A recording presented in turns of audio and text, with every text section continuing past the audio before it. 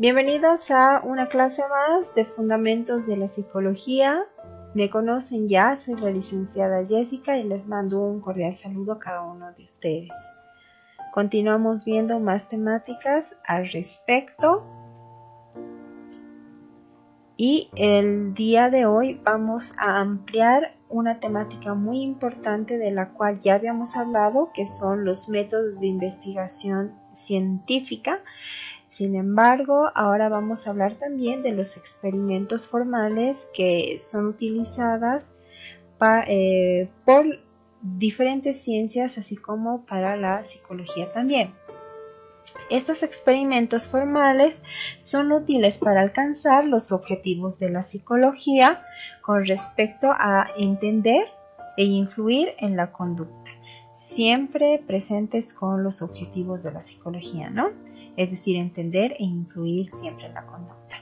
Los experimentos están diseñados para comunicar algo sobre la relación entre dos o más variables, y eso es lo que vamos a ver.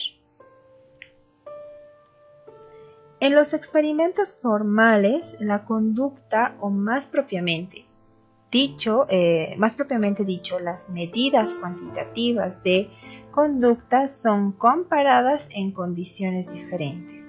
Estas condiciones diferentes pues son creadas por los investigadores. Por ejemplo, vamos a analizar un experimento que se ha realizado hace más de 20 años por un psicólogo francés, Jean Piaget, que condujo este experimento formal sobre los efectos de ver películas violentas en la conducta de adolescentes. En este experimento, en esta investigación, participaron muchachos que fueron encarcelados por conducta criminal en un centro de detención para jóvenes. Durante varios días se le proyectaron películas violentas a la mitad de los muchachos. Estas películas trataban sobre vaqueros y películas también de guerra. Y a la otra mitad se les proyectaron películas neutras, es decir, que no contenían manifestaciones de agresión verbal o física. Durante dos semanas, los muchachos vieron películas violentas. Los muchachos que vieron películas violentas se involucraron en más conductas agresivas, físicas y verbales. Y los muchachos que no vieron estas películas, entonces tuvieron un menor involucramiento en conductas agresivas, físicas o verbales. Este experimento que les acabo de relatar sustenta una hipótesis de que ver violencia en los medios causa violencia en la vida real. Ese es un hecho, ¿no? Pero de repente nos preguntamos a nosotros mismos si la violencia en los medios causa violencia en la vida real, ¿por qué nosotros no nos hemos vuelto personas criminales o seres más violentos? En efecto, una de las conclusiones a las que se llegó es que las películas violentas son más fuertes o influyen más a los muchachos que tenían características agresivas, sugiriendo que la violencia en los medios no afecta a todo el mundo de la misma forma, ¿no? Entonces, de repente también nos hacemos otra pregunta, ¿no? Si hay evidencia suficiente de que ver violencia en los medios incrementa la violencia en la vida real, ¿por qué no hemos hecho algo para reducir la cantidad de violencia en la televisión, películas y juegos de video? Ese tipo de experimentos pues nos ayuda muchísimo a resolver ciertas preguntas que tenemos cotidianamente, ¿no? Ahora vamos a ver algunos elementos y lógica de los experimentos formales. Es decir, que cada experimento formal cuenta con al menos dos variables y vamos a ver La variable independiente es la que el investigador manipula para permitir una comparación de la conducta de los participantes bajo dos o más condiciones. El investigador tiene control independiente sobre ella. En este ejemplo que acabábamos de ver, el investigador puede elegir cualquier tipo de película y a qué participantes se les va a proyectar esa película.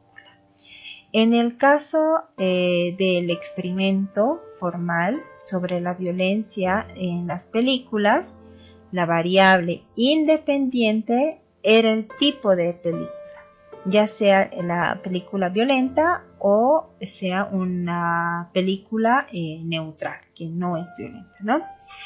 Y se llama variable dependiente, dado que su valor cuantitativo se espera que dependa de la condición en que el participante está. La variable dependiente es un estudio psicológico, es la medida de la conducta específica de interés que puede o no estar relacionada con la variable independiente.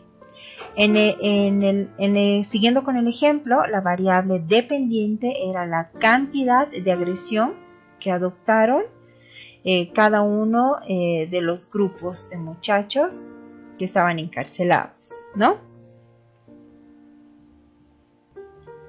En experimentos formales simples como estudios presentados sobre la violencia en medios o sobre la violencia en las películas, el grupo experimental recibe la condición de variable independiente que se piensa influye en la conducta de los participantes.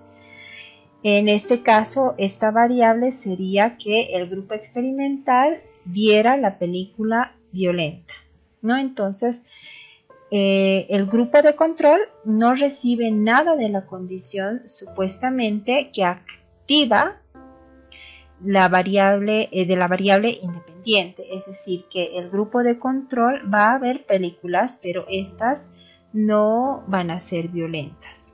Entonces, si la conducta de los participantes en el grupo experimental difiere de la conducta de los de grupo de control, la hipótesis de que diferencias en las variables independientes causan diferencias en la variable dependiente es aceptada.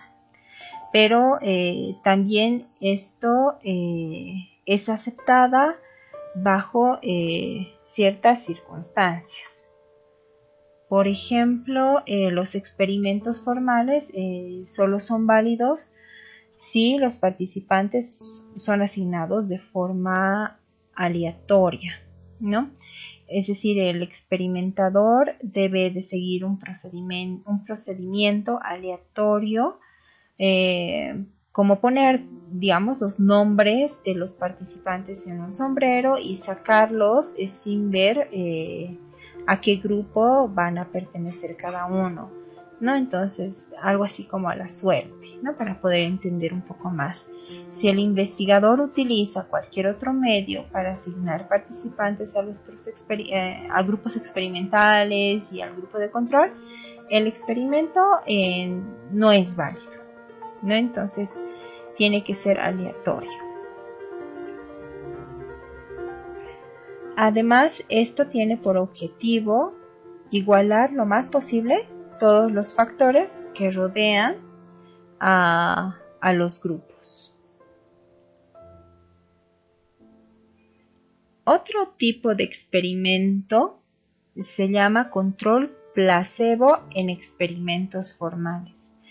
Se presenta en estudios sobre medicamentos, pero no necesariamente sobre medicamentos. En psicología se pueden presentar otro tipo de estudios que lo vamos a ver hoy día en esta clase, y es interesante lo de el control placebo. No sé si en algún momento ustedes han podido escuchar el efecto placebo, esta frase. Entonces es lo que vamos a ver ahora. Para entender un poco más sobre este efecto placebo o este experimento placebo, vamos a hablar sobre un experimento también, que se ha hecho un experimento formal, donde se quiere probar un nuevo medicamento para el tratamiento de la ansiedad. Es decir, este experimento formal se asigna aleatoriamente a participantes con altos niveles de ansiedad crónica a dos condiciones de la variable independiente, que ya sabemos que la variable independiente puede llegar a ser, llega a ser el medicamento en este caso, ¿no? El grupo experimental tomaría diario un medicamento durante 5 días y el grupo de control no se le administraría este medicamento. Cada uno de estos 5 días, los participantes, ambos grupos, llenarían un cuestionario sobre sus síntomas de ansiedad. Y la hipótesis que se quiere probar es que los participantes que reciben el medicamento deberían demostrar reducciones mayores en sus niveles de ansiedad durante los 5 días. Es decir, que estas personas que están tomando el medicamento sus niveles de ansiedad deberían de bajar muchísimo, ¿no? Al contrario de los participantes que no toman el medicamento. Entonces, bueno, y sin embargo, esta clase de experimentos formales no arrojan conclusiones válidas, ¿no? Es decir, que el problema es cuando a la gente se le administra píldoras y por lo general se siente mejor en dichos estudios, incluso si no contienen ningún ingrediente activo y se obtiene lo que se conoce como el efecto placebo, ¿no? Es decir, que se le puede administrar tal vez, no sé, las mismas píldoras, pero que simplemente puedan contener un tipo de vitaminas o que no sea necesariamente ese ingrediente activo. Entonces, de todas formas, estas personas pues llegan a sentirse bien, ¿no? Y a eso se le conoce como el efecto placebo. Para controlar el efecto placebo en estudios sobre medicamentos, los participantes del grupo control siempre reciben píldoras placebo, que son píldoras iguales a los medicamentos, pero que no contienen ingredientes activos.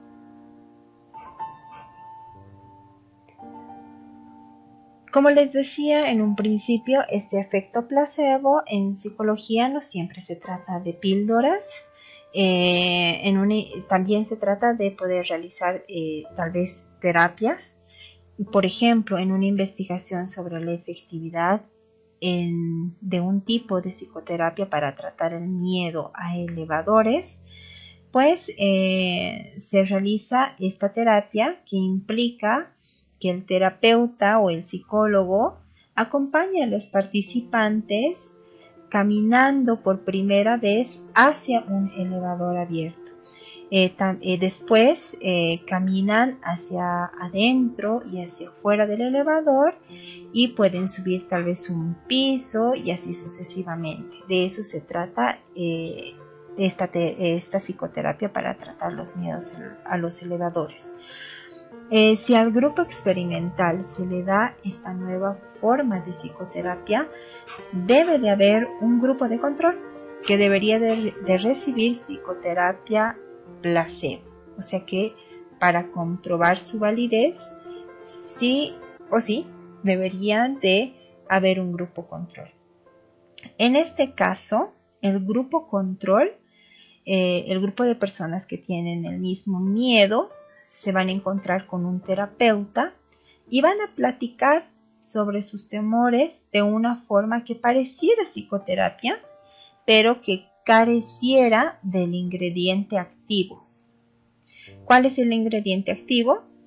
Es lo que estaban haciendo el grupo experimental, es decir, entrar al elevador, subir un piso, etcétera. Eso es lo que estaban haciendo el grupo experimental. Entonces, este grupo control no lo va a hacer, pero sí va a platicar sobre sus miedos. hacia los elevadores, ¿no? Es decir, el placebo no es psicoterapia efectiva, pero pareciera psicoterapia para los participantes.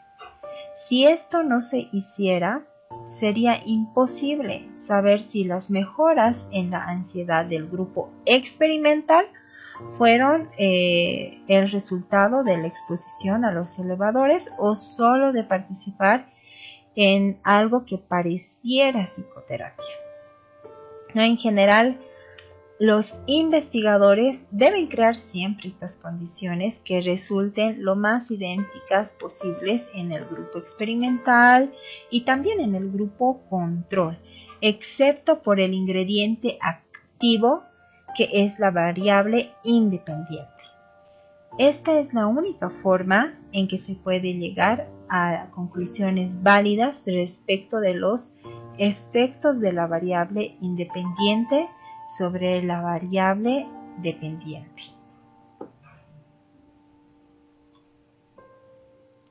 Con esto hemos concluido. Muchísimas gracias por su atención.